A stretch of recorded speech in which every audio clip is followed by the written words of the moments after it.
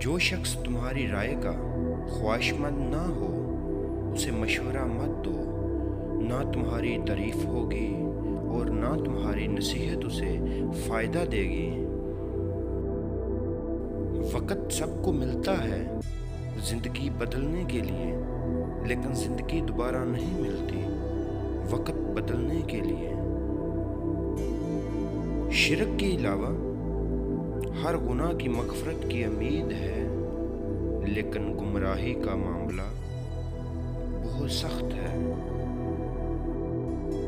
ایسے علاقے میں نہیں رہنا چاہیے جہاں دینی مسئلہ بتانے والا عالم اور جسم کا علاج کرنے والا طبیب موجود نہ ہو۔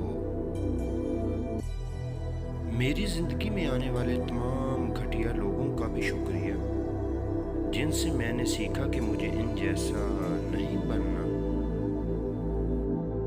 انسانوں کو قابو میں رکھنا جانوروں کو قابو رکھنے سے کہیں زیادہ مشکل ہے۔